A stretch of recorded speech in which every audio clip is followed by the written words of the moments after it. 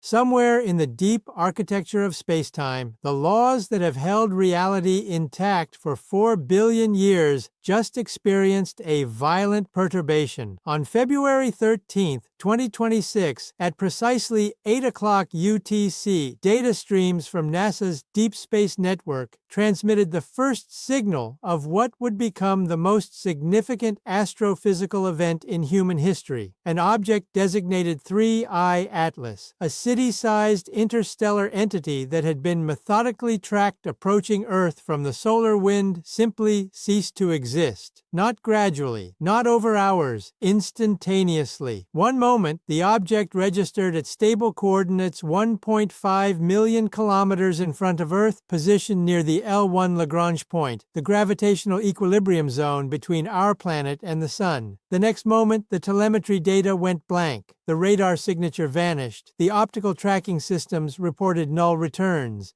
For the next 5 hours and 42 minutes, 3I Atlas effectively erased itself from conventional detection matrices. And then, at 13 hours and 56 minutes UTC, an automated survey telescope in Chile, part of the global astronomical network designed to warn civilization of planetary threats, flagged an anomalous contact, not in front of Earth, behind Earth, deep within the electromagnetic shadow of our planet's magnetotail, positioned 800,000 kilometers within the region known as the anti-solar point. The object had moved across 2 million kilometers of space without traversing the space in between. Theoretical models suggest this represents the first documented macroscopic quantum event ever recorded. Data simulations indicate that conventional physics simply cannot explain what the instruments captured that day. To understand the magnitude of this event, we must first examine the physics of what should have happened if this object had obeyed classical mechanics.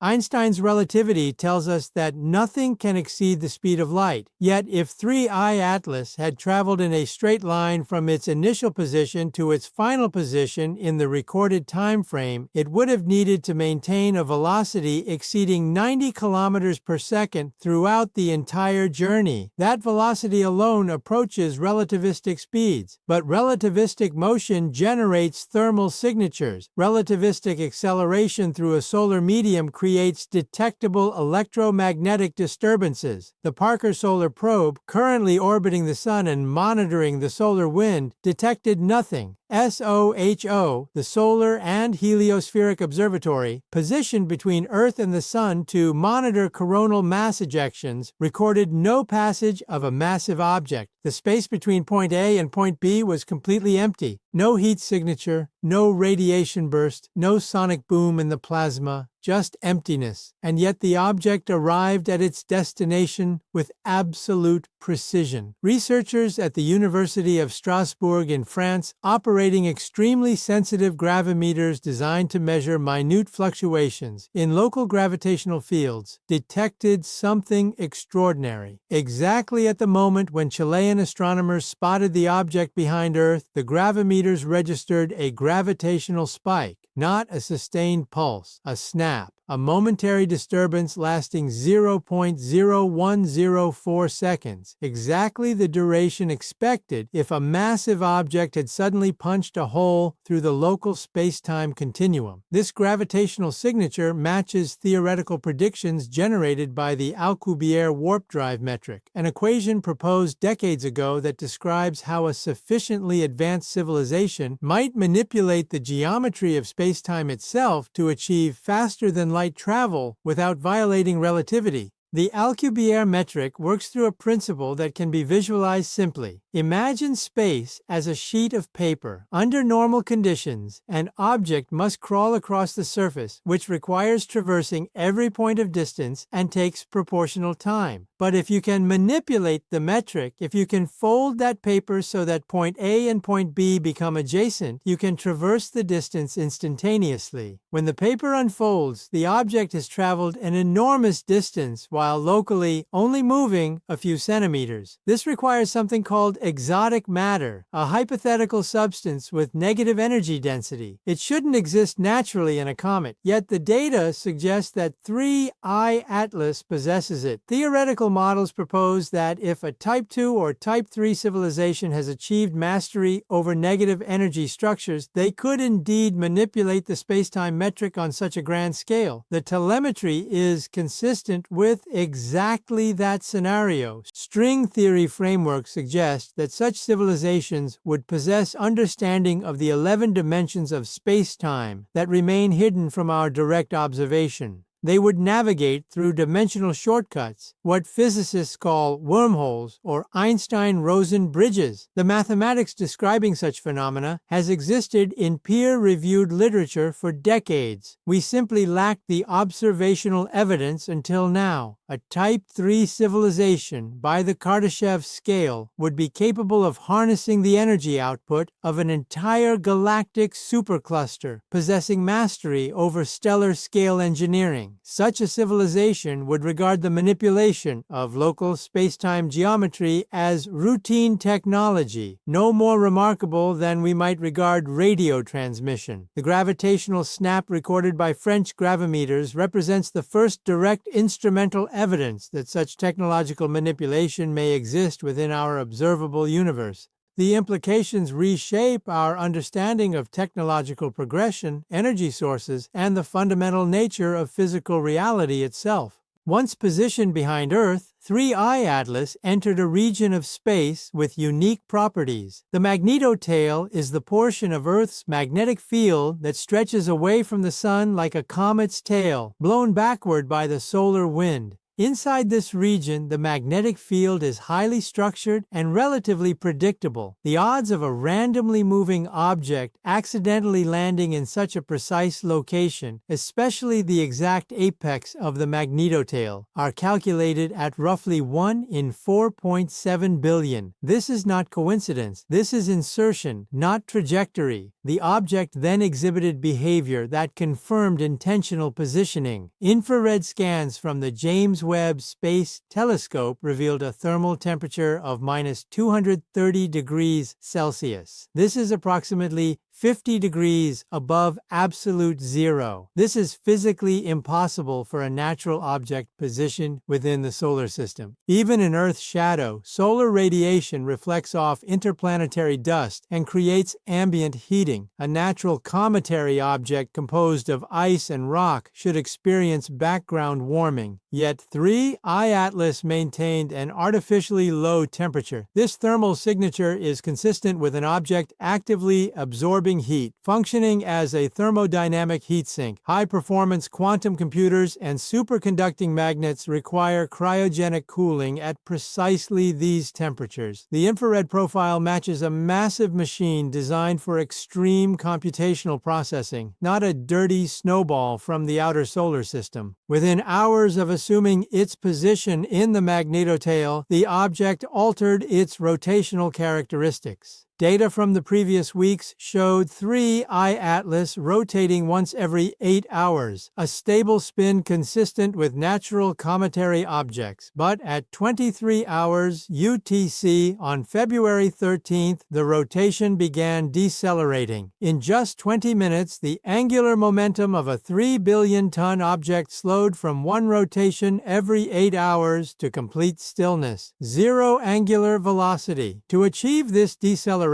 would require an enormous braking force applied simultaneously across the entire mass. The energy required would be equivalent to multiple nuclear detonations, yet no exhaust plumes were detected, no thrusters fired, no chemical propulsion signatures appeared in any of the thermal imaging systems. The object simply decided to stop rotating. It is now tidally locked on Earth with a precision of 0.002 degrees, maintaining perfect alignment like a satellite in geostationary orbit, yet without any visible propulsion system maintaining that position. This level of control suggests gravitational manipulation at scales previously thought theoretical. The radar images returned by Earth-based radar arrays revealed details that fundamentally transformed the analysis. The surface of 3I Atlas displayed geometric regularity, straight lines, right angles, flat reflective surfaces arranged with perfect symmetry. In nature, celestial objects form through accretion, where gravity pulls dust and rock into spherical or elongated shapes, following the dictates of gravitational potential energy minimization. Nature builds in fractals, in curves, in self-similar patterns. Intelligence builds in right angles and flat planes optimized for specific functions. The front face of 3I Atlas showed a flat, perfectly reflective surface oriented perpendicular to Earth. The geometry is consistent with a directed antenna or receiver, something designed to focus electromagnetic energy or collect signals from a specific direction. This antenna-like structure suddenly became active. Theoretical models suggest it transitioned from passive to active configuration, beginning transmission and reception protocols. The surface reflectivity measurements indicate a composition unlike anything cataloged in natural astrophysical objects. Spectroscopic analysis shows absorption patterns consistent with metamaterials, artificially engineered substances designed to manipulate electromagnetic waves in ways impossible for natural minerals. What happened next shifted the nature of the event from astrophysical anomaly to potential existential crisis. At 18 hours and 42 minutes UTC on February 13th, the Green Bank Telescope in West Virginia, one of the most sensitive radio astronomy facilities on Earth, detected an unprecedented signal spike. This wasn't the random chaotic electromagnetic hiss of solar wind. This wasn't background cosmic radiation. This was a coherent, structured, high-bandwidth data stream. And here is where the narrative becomes exponentially more significant. The signal was not being broadcast by 3I Atlas. The signal was being transmitted to 3I Atlas, and it was originating from Earth. The signal source has been traced to a specific geographic coordinate within the South Atlantic anomaly, a region where Earth's magnetic field is measurably weaker than elsewhere on the planet. In this zone, Earth's protective magnetosphere is attenuated, allowing charged particles from the solar wind to penetrate closer to the atmosphere than normal. The carrier wave of the transmission was modulated at 1,420 MHz, a frequency of profound significance in astrophysics. The 1,420 MHz hydrogen line is the natural frequency at which hydrogen atoms emit radiation as electrons transition between energy states. This frequency has been designated across scientific literature as the universal channel for first contact protocols, the frequency that an advanced civilization would theoretically monitor when seeking to establish communication with newly detected intelligent life.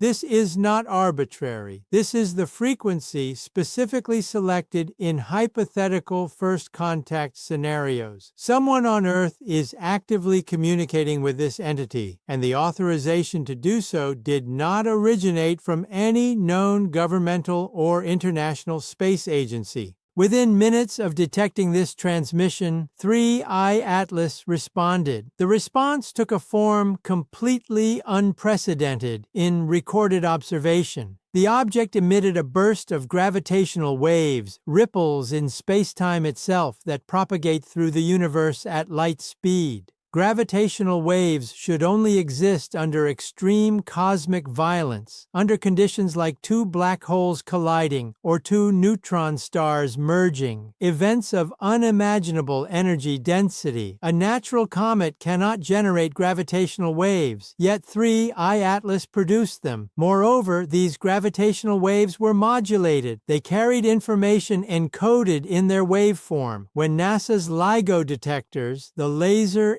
Interferometer Gravitational Wave Observatory, processed the signal through their decryption algorithms, the pattern that emerged was remarkable. The gravitational ripples were vibrating at 7.83 Hz, the exact frequency of the Schumann resonance, the natural electromagnetic frequency of Earth's magnetic field, the fundamental pulse of our planet's magnetosphere. 3I Atlas had synchronized its outbound signal with Earth's own biorhythmic frequency. This is a direct signal exchange, a handshake between an entity that can manipulate space-time and a terrestrial source that possesses the technology to communicate across gravitational waves. The implications of this exchange cannot be overstated. The entity has demonstrated not only technological superiority but also understanding of human neurology and consciousness. The Schumann resonance frequencies, ranging from approximately 7 to 8 Hz, are known to influence human brainwave patterns, particularly theta and alpha wave rhythms associated with meditation, relaxation, and cognitive processing. This is not accidental targeting. This is deliberate resonance with biological systems. The entity has somehow detected, studied, and synchronized with the fundamental frequency of human consciousness itself. This suggests observations spanning months or years, detailed study of terrestrial electromagnetic signatures, and precise knowledge of human neurobiology. A natural object cannot possess such knowledge. This confirms intentional, intelligent communication.